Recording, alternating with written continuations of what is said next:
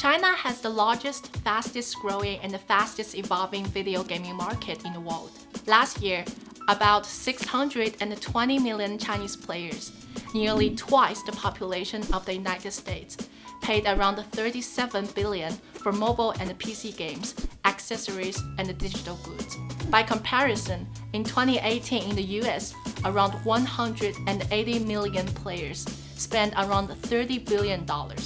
More impressive than the size of the Chinese gaming market is how quickly it has grown. In 2008, only 40 million Chinese people played computer games, spending around $2.7 billion a year. Their gaming population has grown by 1,500% in just 10 years. Just 20 years ago, China had no domestic video game platforms, and foreign video game makers were completely banned in the country because the government and worried parents were concerned about their potential harm on the healthy growth of youngsters. So what happened in the past decade that transformed China into a key player in the global gaming industry? Much of the growth is because during that time, nearly every Chinese adult and teenager, more than 1 billion people, became the owner of a smartphone. Whereas China's gamers make up 28% of the global market across devices and platforms. On mobile, they comprise a full half of the world's players. In 2018, 598 million people, over 96% of all Chinese game players, spent $15.83 billion on games right through their phones. So with all this money being spent on video games, which platforms and companies are really winning? Chinese tech and entertainment giant Tencent, most famous for messaging and the commerce app WeChat, is also the world's largest gaming company. Its gaming revenue last year was $19.83 billion, making up nearly 15% of all global gaming revenue. Among others, Tencent owns Riot Games, maker of League of Legends, one of the most popular games in the world. Additionally, Tencent has significant stakes in Activision Blizzard and Epic Games, two of the largest US video game studios. Tencent's rise to prominence is partly due to the years-long hostility towards foreign companies in the Chinese gaming market.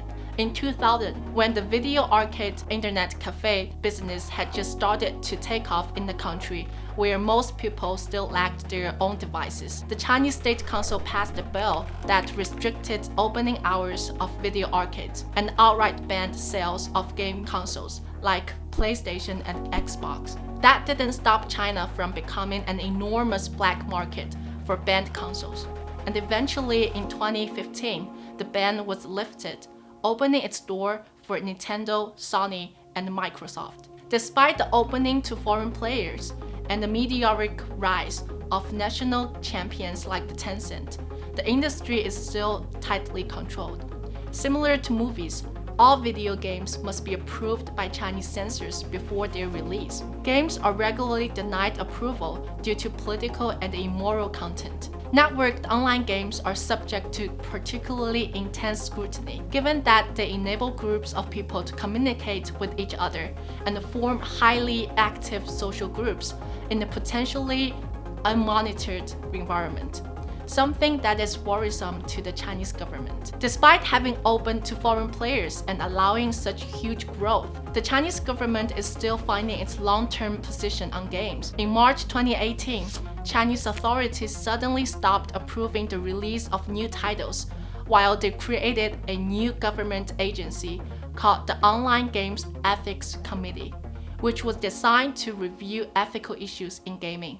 The government began approving games again at the end of 2018, but by then there was a backlog of at least 5,000 games awaiting approval. As of March 2019, only 726 electronic video games from the backlog have been approved this year in China. The almost year-long licensing blackout caused enough damage to the industry that China's gaming market is predicted to shrink back to number 2 behind the US in 2019. Note that the US becoming number 1 again is in terms of dollars spent, not number of players, and is due to the emergence and the rapid growth of new highly monetized and VC-backed gaming platforms. In terms of numbers of players, China will always be number one. China's stops and starts haven't just inconvenienced gamers. Gaming companies have felt the sting too. Tencent, in particular, experienced a major decline in share price and profits during the hiatus. On top of the regulatory hurdles, there is an enduring stigma around video games in China, rooted in traditional social and family values. Around 20 years ago, as internet cafes proliferated around the country, anxious parents fretted that excessive gaming would corrupt their children. To capitalize on that widespread fear, opportunistic psychiatrists and business people have created hundreds of digital detox camps where gaming addiction is treated like a disease and the use of abusive methods such as electroshock therapy is common. China's gaming market has gone from nascency to dominance in just 10 years. And while there are many question marks remaining, most observers and analysts are bullish that after 2019, China will regain its top position and that the sky is the limit for its long-term growth.